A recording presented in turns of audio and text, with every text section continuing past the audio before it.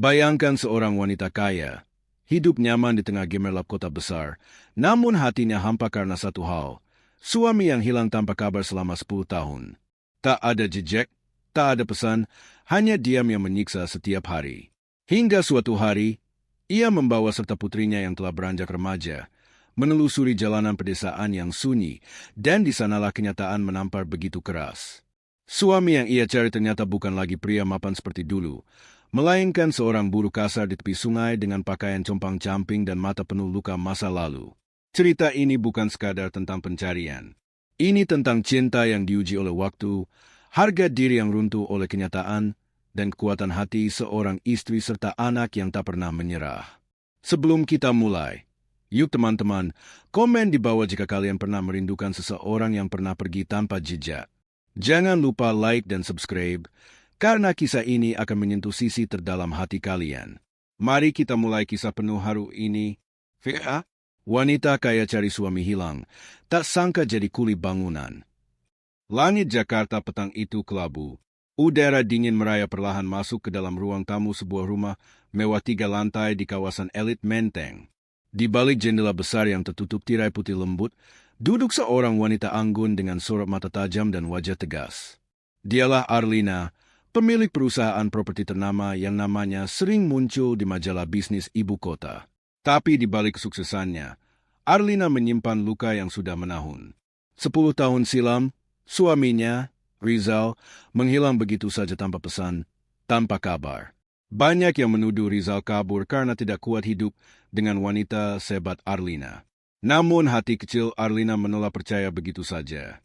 Ia yakin ada sesuatu yang disembunyikan suaminya.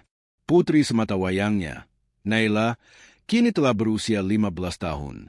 Sehari-hari ia tumbuh dalam kemewahan, namun kerap mempertanyakan satu hal yang tak bisa dibelikan dengan uang. Siapa sebenarnya ayahnya? Sore itu, saat mencari buku lama di ruang kerja bawah tanah, Naila menemukan sebuah kotak kayu kecil yang tertutup debu. Dengan penasaran, ia membukanya. Di dalamnya ada secari kertas usang, bertuliskan tangan seseorang yang mulai memudar. Surat itu ditandatangani oleh Rizal. Jantung Arlina berdetak tak menentu saat membacanya.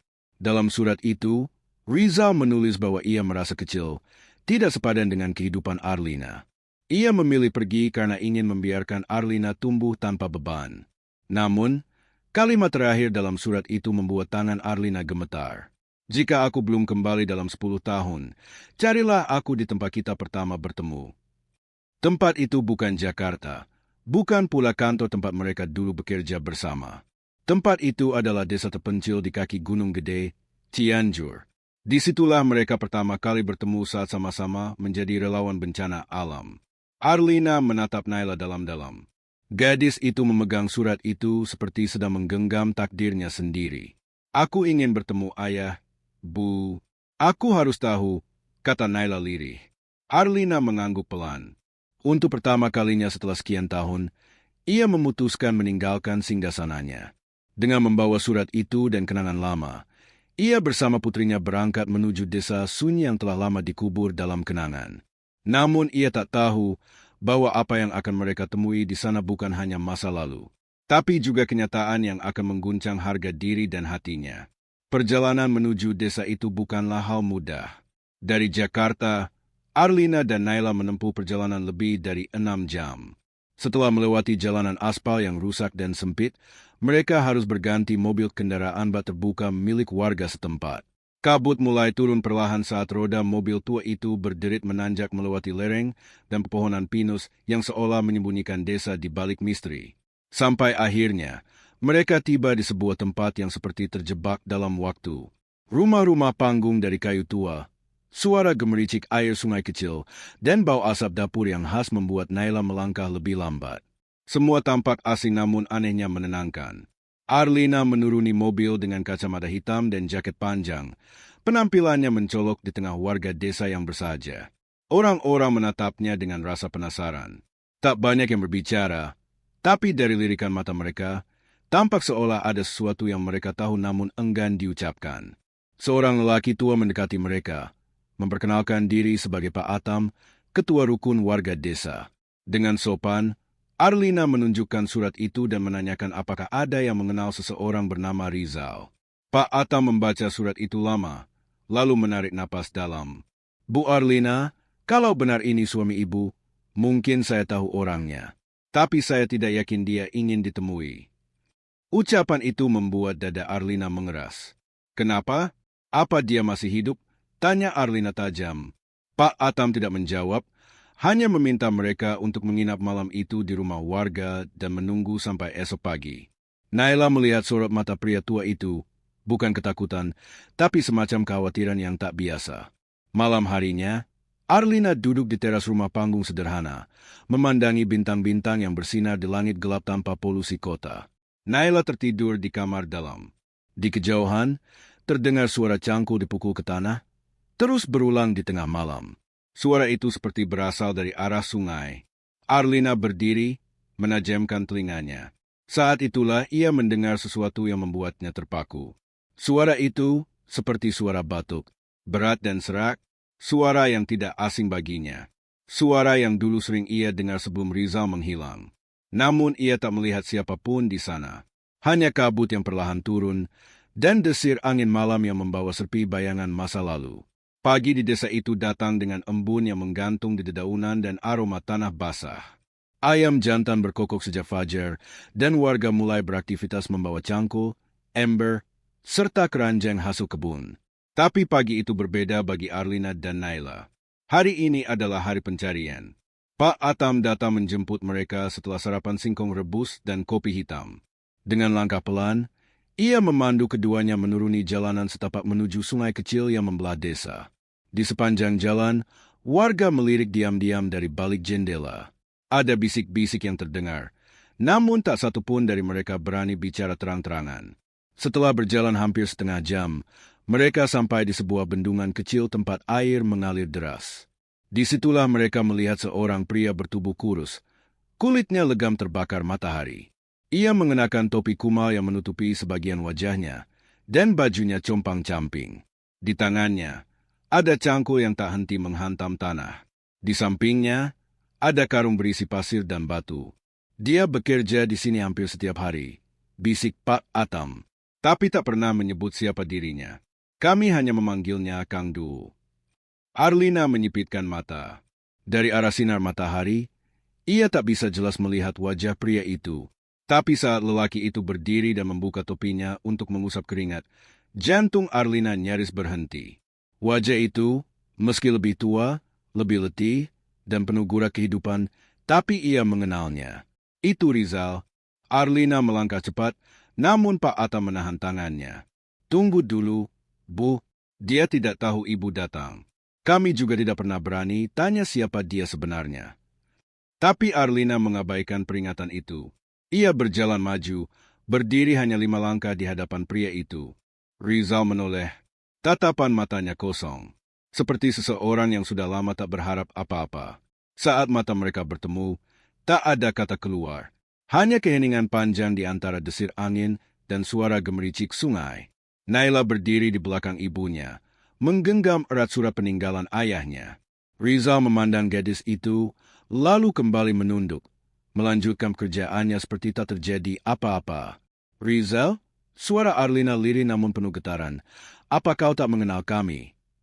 Pria itu berhenti, cangkulnya jatuh ke tanah. Tangannya gemetar, tapi ia tak menjawab. Tak sepatah kata pun keluar dari mulutnya. Hanya tetesan air mata yang jatuh diam-diam ke tanah yang sudah basah. Di kejauhan, seorang warga mengambil ponsel dan merekam diam-diam pertemuan ganjil itu. Video itu, dalam waktu kurang dari 24 jam, akan tersebar ke seluruh negeri.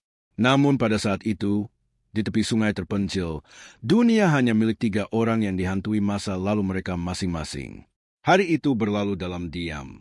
Rizal tak berkata apa-apa, bahkan ketika Arlina mencoba mendekat dan menggenggam tangannya.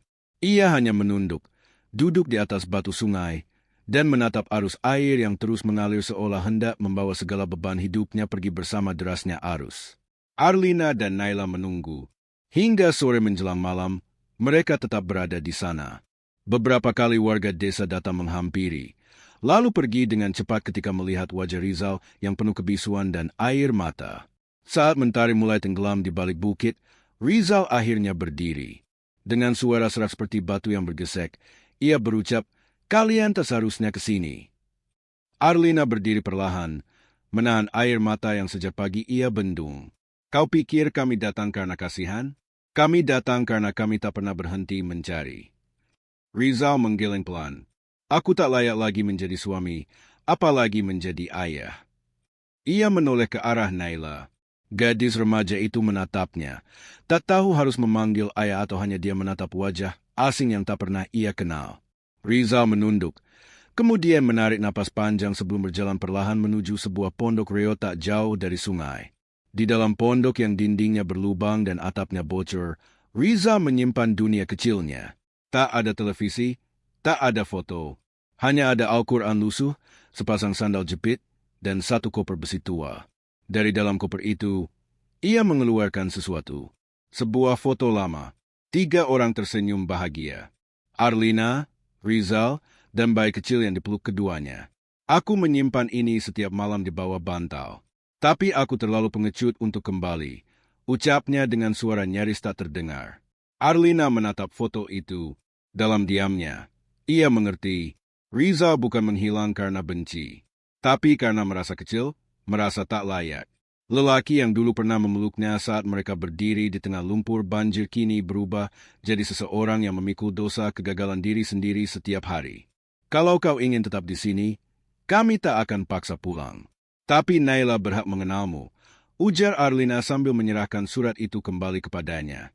Rizal memegang surat itu lama. Ia menatap mata Naila, mencoba mencari sisa-sisa dirinya di wajah gadis itu. Perlahan, ia tersenyum, senyum pertama yang muncul sejak 10 tahun lalu. Esok harinya, kabar tentang pertemuan itu sudah viral.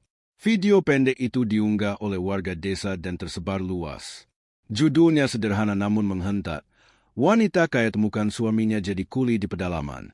Namun Arlina tak peduli. Naila tak peduli. Bahkan Rizal, yang dulu menenggelamkan dirinya dalam rasa bersalah, kini perlahan mulai bangkit. Tidak untuk kembali ke istana, tapi untuk memperbaiki puing-puing yang tersisa. Mereka tidak membawa Rizal pulang ke Jakarta. Tapi setiap bulan, Naila datang ke desa itu. Terkadang menginap seminggu, membantu ayahnya memasak, menanam singkong, atau hanya duduk di tepi sungai mendengarkan cerita-cerita masa lalu yang baru mulai Rizal kisahkan.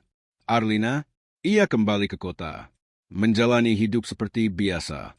Namun setiap malam, ia tak lupa membuka satu pesan pendek di ponselnya. Sebuah foto dari Naila yang selalu sama, wajah sang ayah yang mulai tersenyum lagi. Dan di balik semua cerita itu, ada satu hal yang tersimpan rapat di dalam hati Arlina. Bahwa cinta sejati, walau sempat terkubur dalam waktu dan air mata, tetap akan menemukan jalannya untuk pulang. Kisah ini mengajarkan bahwa kasih sayang, kesetiaan, dan harapan tidak pernah benar-benar hilang, walau terpisah waktu dan keadaan. Kadang, seseorang yang merasa rendah dan tak pantas justru paling butuh dikuatkan, bukan dijauhi. Jangan pernah menilai seseorang hanya dari kondisi lahiriah, sebab di balik luka dan lelahnya, bisa jadi ia sedang berjuang keras melawan dirinya sendiri. Sebagaimana firman Allah dalam Al-Quran, sesungguhnya sesudah kesulitan itu ada kemudahan. Quran Surat Al-Insyirah 6. Cerita ini adalah fiktif yang dikemas sedemikian rupa agar terasa nyata, ditujukan untuk diambil hikmahnya dan menjadi renungan bagi kita semua dalam menjalani hidup. Terima kasih sudah mendengarkan cerita ini. Jika kamu merasa tersentuh atau terinspirasi oleh kisahnya, jangan lupa untuk like, tulis pendapatmu di kolom komentar, dan subscribe agar tidak ketinggalan kisah-kisah menarik selanjutnya. Sampai jumpa di cerita berikutnya.